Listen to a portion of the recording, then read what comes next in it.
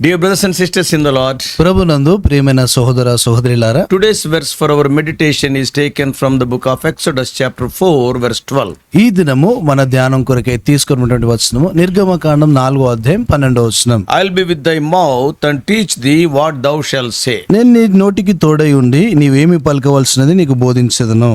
Recently in one of the marriages I attended, కొన్ని దినాల కిందట నేను హాజరైనటువంటి ఒక వివాహంలో like any other guest, I too wished the bridegroom. ఇతరమైనటువంటి ఆ యొక్క అతిథుల వలె నేను కూడా ఆ యొక్క పెళ్లి కుమారుని విజిట్ చేస్తూ వచ్చాను. During the marriage reception, ఆ యొక్క రిసెప్షన్ సమయంలో, of course in that marriage I only shared the word of God. ఆ యొక్క వివాహంలో నేనే వాక్యం పంచుకున్నాను. But at the time of reception, ఆ యొక్క రిసెప్షన్ సమయంలో yes, as a courtesy, like any other person, I stood in the line అలవాటుగా నేను కూడా ఆ యొక్క వరుసలో నిలబడ్డాను. and met that bridegroom. ఆ యొక్క పెళ్లి కుమారుని కలిశాను. Wish you a happy and successful married life. ఎంతో సంతోషకరమైన, ఎంతో విజయవంతమైనటువంటి వివాహ జీవితాన్ని కలిగి ఉండమని ఆ రీతి శుభాలు చెప్పాను. Immediately after my wishing, వెంటనే నేను అలాగ చెప్పిన వెంటనే and with due respect, the bridegroom asked a question. ఆ యొక్క తగినమైనటువంటి ఆ యొక్క మర్యాదతో ఆ యొక్క పెళ్లి కుమారుడు ఒక ప్రశ్న అడిగాడు. He has not asked any question to anybody. ఆయన ఇంకే ఎవరిని ప్రశ్న వేయలేదు ఆయన. Later I came to know that he accepted Lord Jesus Christ when I shared the word of God in some place. తర్వాత నాకు తెలిసినటువంటి సంగతి ఏంటంటే, నేను ఒక పలానా ఏదో స్థలంలో నేను వాక్యం పంచుకున్నప్పుడు ఆయన రక్షణ పొందినాడని నేను తెలుసుకున్నాను. So out of due respect only he asked. ఆయన గౌరవంతోనే అడుగుతూ వచ్చాడు. And he asked me the question. అప్పుడు ఆయన ప్రశ్న అడిగాడు, Uncle, you are telling that to have a successful married life, how can I have successful marriage? Uncle మీరు అంటున్నారు ఎంతో విజయవంతమైన వివాహ జీవితాన్ని కలిగి ఉండమని చెప్తున్నారు, అయితే నేను ఎలాగో ఈ రీతిగా విజయవంతమైన వివాహ జీవితాన్ని కలిగి ఉండొచ్చు అని అడిగాడు. It was a sudden question.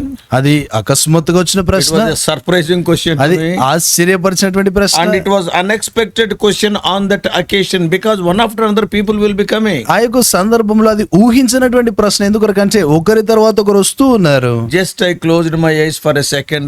Lord, I am in a deep trouble.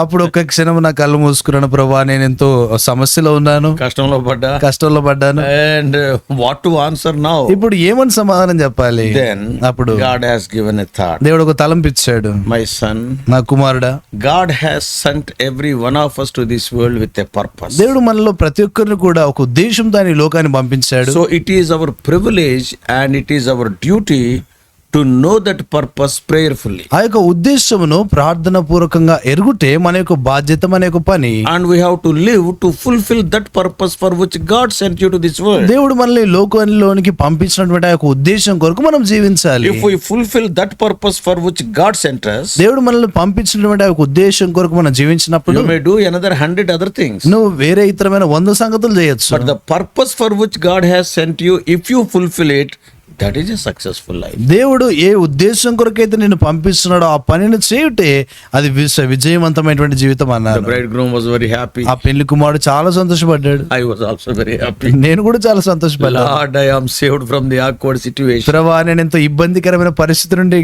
బయటపడ్డాను. But anyhow, I feel that is true. ఎందుకంటే నేను అనుకునే సంగతి ఏంటంటే అది వాస్తవికమైంది. We all know God sent the people like Samuel, Samson. మనకందరికి తెలుసు దేవుడు సమూయేలు వంటి వారిని, సౌలు, సంసోను లాంటి వారిని, like the people like Jeremiah or John the Baptist. ఇర్మియా లాంటి వారిని, తర్వాత బాప్తిసం ఇచ్చే యోహాను వంటి వారిని, with specific purposes as we read in the scriptures. లేఖనాల్లో చదివేట్లుగా వారిని ఒక నిర్దిష్టమైన ఉద్దేశంతో పంపించాడు. Jesus Christ also came to this world with a specific purpose. యేసుక్రీస్తు ప్రభువారు కూడా ఆయన ఈ లోకంలోనికి ఒక నిర్దిష్టమైన ఉద్దేశంతో వచ్చాడు. So in the context of the verse for our meditation today, ఈ దినము మన ధ్యానం కొరకైనటువంటి వచనములో we understand that God sent Moses as a deliverer of Israelites from the Egyptian bondage. దేవుడు ఈ మోషేను ఇశ్రాయేలు ప్రజలను ఐగుప్తు నుండి విడిపించేటువంటి వానిగా ఆయన పంపించినాడు. During the days of his birth, ఆయన యొక్క జనన దినముల్లో, and we know that all the Hebrew parents were waiting for the birth of the deliverer. ఈ యొక్క హెబ్రీలో ఉన్నటువంటి తల్లిదండ్రులు అందరూ కూడా విమోచకుడు లేక విడిపించేటువంటి వాని కొరకే వేచి ఉన్నారు. So whenever the Hebrew parents are given a boy child, ఎప్పుడైనా ఆ యొక్క హెబ్రీ యొక్క భార్యాభర్తలు ఆ యొక్క బిడ్డకు జన్మనిచ్చినప్పుడు,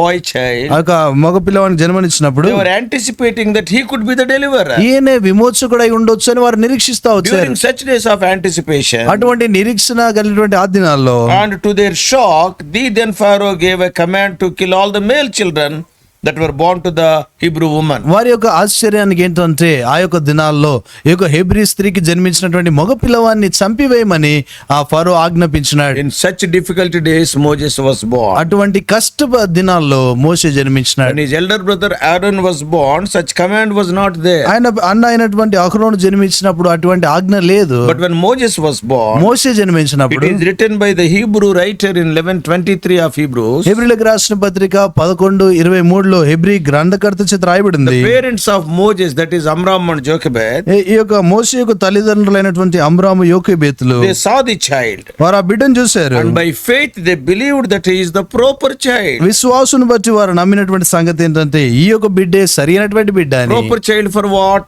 దేని కొరకే సరైనటువంటి బిడ్డ ఆయన? Proper child to deliver the people of Israel from the Egyptian ఈ slavery. యొక్క ఇశ్రాయేల్ ప్రజలను ఐగుప్తు నుండి ఐగుప్తు బానిసత్వం నుండి విడిపించడానికి ఈయన సరైనటువంటి కుమారుడు. When they got that confirmation in their hearts, వారి యొక్క హృదయాల్లో ఆ యొక్క నిర్ధారణ వారు కలిగిన తర్వాత what is the result? దానికి వచ్చిన They ప్రతిఫలం have ఏంటి? not feared the command of Pharaoh. వారు ఫరో యొక్క ఆజ్ఞకి ఏమాత్రం కూడా They భయపడలేదు. had not killed the child, but they preserved him. వారు ఆ బిడ్డను చంపబడనీయకుండా వారు దాచిపెడుతూ వచ్చారు. Even the midwives feared God. అక్కడ చూస్తే మంత్రసానులు కూడా భయపడ్డారు. What does it mean? దాని అర్థం ఏంటి? The plans and purposes of God cannot be thwarted by human plans or the commands of the kings. దేవుని యొక్క ప్రణాళికలు, దేవుని యొక్క ఆలోచనలు అవి మానవ ప్రణాళికల ద్వారా గాని రాజుల యొక్క ఆజ్ఞల ద్వారా గాని అవి నాశనం చేయబడవు. We know from history that in a mysterious way Moses was brought to the palace of Pharaoh. మనకందరికి కూడా చరిత్ర తెలుసు. ఇక మోషే ఎంతో మర్మయుక్తంగా ఆయన ఫరో యొక్క రాజభవనంలో పెరుగుతూ He వచ్చాడు. was considered as the son of Pharaoh's daughter. ఆయన ఫరో కుమార్తె యొక్క కుమారుడుగా పిలువబడ్డాడు. It is not written in the Bible, but history says the Pharaoh's daughter's name is Bethaya. Bible గ్రంథంలో అది రాయబడలేదు కానీ ఫరో యొక్క కుమార్తె పేరు ఏంటంటే బెతాయా. Now the story of Moses is well known. ఇప్పుడు మోషే యొక్క కథ బాగా తెలిసినటువంటిది. His actual mother Jochebed must have brought him up in the nurture and admonition of the word of God. అసలైనటువంటి తల్లి అయినటువంటి యోకోబేతు ఆమె మోషేను ఎంతో దేవుని యొక్క వాక్యములో ఆమె పెంచుతూ రావాలి వచ్చిండొచ్చు. వచ్చిండొచ్చు. She must have clearly explained the purpose of God in giving him as their son in the most difficult days. ఆయనతో క్లిష్టమైనటువంటి ఆ యొక్క దినాల్లో వారికి కుమారుడిగా దేవుడు ఆయన్ను వారికి అనుగ్రహించడంలో దేవుని ఉద్దేశం ఏంటో ఎంతో స్పష్టంగా తల్లి తన కుమారుడికి వివరించి So ఉంటుంది. through the teaching of his mother, తన తల్లి నేర్పించినటువంటి విషయాలను that బట్టి resulted in a strong registration in the mind of Moses, అది మోషే యొక్క హృదయంలో ఎంతో బలముగా నాటుకుపోయింది. that he has to deliver the people of God from the Egyptian bondage. అది ఐగుప్తు యొక్క బానిసత్వం నుండి ఇశ్రాయేల్ ప్రజలు విడిపించాలి. But కానీ instead of waiting for the Lord's time, దేవుని యొక్క సమయం కొరకు వేచి ఉండేదాని బదులుగా out of the fleshly gene, ఆ శరీర సంబంధమైన ఆసక్తిని బట్టి he killed an Egyptian and rescued one Israelite. ఆయన ఐగుప్తుని చంపి ఒక ఇశ్రాయేల్ని కాపాడాడు. As a result, దానికి వచ్చిన he ప్రతిఫలము had to run away to Mount Horeb, and God trained him there for 40 years. ఆయన హోరేబునకు పారిపోవాల్సి వచ్చింది. అక్కడ దేవుడు 40 సంవత్సరాలు అతనికి తర్ఫీదిచ్చాడు. Later the Lord appeared unto Moses at Horeb in the burning bush ఆ తర్వాత దేవుడు హోరేబులో ఆ మండుచున్న పొదలో దేవుడు ఆయనకు ప్రత్యక్షమయ్యాడు. and conveyed about the mission he had to accomplish. ఆయన నెరవేర్చాల్సినటువంటి ఆ పనిని ఆయనకు అప్పగించాడు. When God told about that mission, దేవుడు ఆ పనిని గురించి ఆయనతో చెప్పినప్పుడు he started telling excuses. ఆయన సాకులు చెప్పడం ఆరంభించాడు. But the eternal purposes of God cannot be altered. దేవుని యొక్క నిత్యమైన ఉద్దేశాలు ఏమాత్రం కూడా మార్చలేము. The Lord promised to provide all the human resources and also the intellectual efficiency. దేవుడు కావాల్సినటువంటి మానవ వనరులన్నీ తర్వాత కావాల్సినటువంటి జ్ఞానము తెలివి అన్ని కూడా ఆయన అనుగ్రహిస్తానన్నాడు. And he promised it to Moses. ఆయన మోషేతో వాగ్దానం So చేశాడు. in that context, ఆ సందర్భంలో today's verse is made by God, promise is made by God. ఈ దిన వాగ్దానము దేవుడే ఆయన వాగ్దానం When చేశాడు. Moses expressed his inability to speak, మోషే తాను మాట్లాడే విషయంలో తన అసమర్థమైన స్థితిని చెప్పినప్పుడు and he doesn't know what to speak, ఏమి పలకవలసిందో తనకు తెలియదు then అన్నప్పుడు the Lord said, అప్పుడు దేవుడు అన్నాడు, I'll be with thy mouth and teach thee what thou shalt say. నేను నీ నోటికి తోడేయండి నువ్వేమి పలకవలసింది నీకు బోధించదును In the అన్నాడు. work of God, when God calls you for a specific task, దేవుని యొక్క పనిలో దేవుడు ఒక నిర్దిష్టమైన పని కొరకు నేను పిలిచినప్పుడు our availability is sufficient. మనము అందుబాటులో ఉండటం చాలా అవసరము. He will enable us to do the job. ఆ పని చేయడానికి దేవుడు మనకు సహాయపడతాడు. You need not look into your deficiencies or past defeats. నీ యొక్క లోటుపాట్లు, తర్వాత నీకు గతంలో నువ్వు కలిగినటువంటి ఓటములను చూడాల్సిన పని లేదు. But we can go forward depending upon His faithfulness. మనము దేవుని యొక్క విశ్వాస్యతపై నమ్మిక ఉంచి ముందుకు కదలాలి. When He calls us to do a particular job, ఒక నిర్దిష్టమైన పని చేయడానికి ఆయన మనల్ని పిలిచినప్పుడు He will provide the needed resources also. దానికి కావాల్సినటువంటి వనరులు కూడా ఆయన ఏర్పాటు చేస్తాడు. The one who is calling us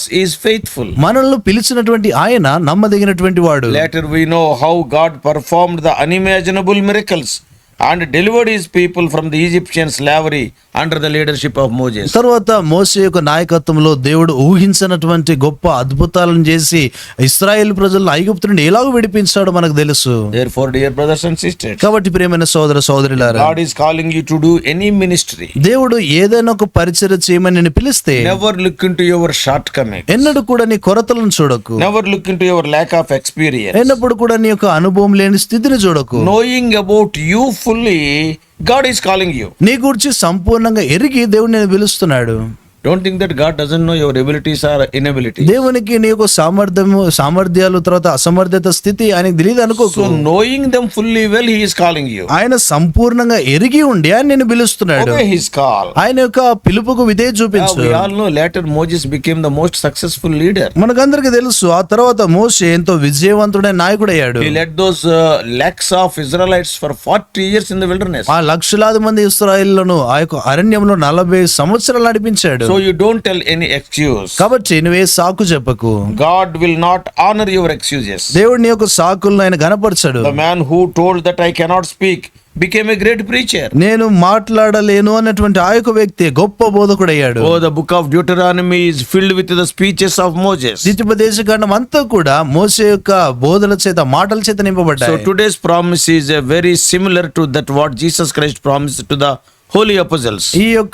ఈ దినమైనటువంటి ఆ యొక్క వాగ్దానము దేవుడు పరిశుద్ధులైనటువంటి అపోస్తులకు చేసినటువంటి వాగ్దానంతో సమముగా ఉంది. In Matthew 10:19, మత్తయి సువార్త 10వ అధ్యాయము 19వ what వచనంలో Jesus Christ is telling, యేసుక్రీస్తు ప్రభువారు ఏమన్నారు? be not anxious how and what ye shall speak, for it shall be given you in that hour what ye shall speak. ఏలాగు మాట్లాడుదుము ఏమి చెప్పుదుమని చిందింపకుడి, మీరేమి చెప్పవలన అది ఆ గడియలోనే మీకు అనుగ్రహింపబడును. It is said about Durbat Singh ఇది భగత్ సింగ్ గారి గురించి చెప్పబడింది. that when God called to do the preaching ministry, దేవుడు భగత్ సింగ్ గారిని ఈ రీతిగా బోధించేటువంటి పరిచర్య కొరకు రమ్మన్నప్పుడు He also said, ఆయన కూడా అన్నాడు, O Lord, I am a stammerer. ఓ ప్రభువా నేను ఈ యొక్క నత్తి కలిగినటువంటి I వాడును, cannot speak in public. నేను ప్రజల మధ్యలో మాట్లాడలేను. You choose some other for that job. నీవు వేరే వారిని దాని కొరకే వాడుకో, But I will do a good governmental job. నేను ఒక మంచి ప్రభుత్వ ఉద్యోగం చేస్తాను. And what all I earn through that job, all money I will give to thy work. ఆ ఉద్యోగం ద్వారా నేను సంపాదించే డబ్బంతా కూడా నేను నీ పని కొరకు ఇస్తాను. Then what the Lord said? అప్పుడు దేవుడు ఏమన్నాడు? I want you,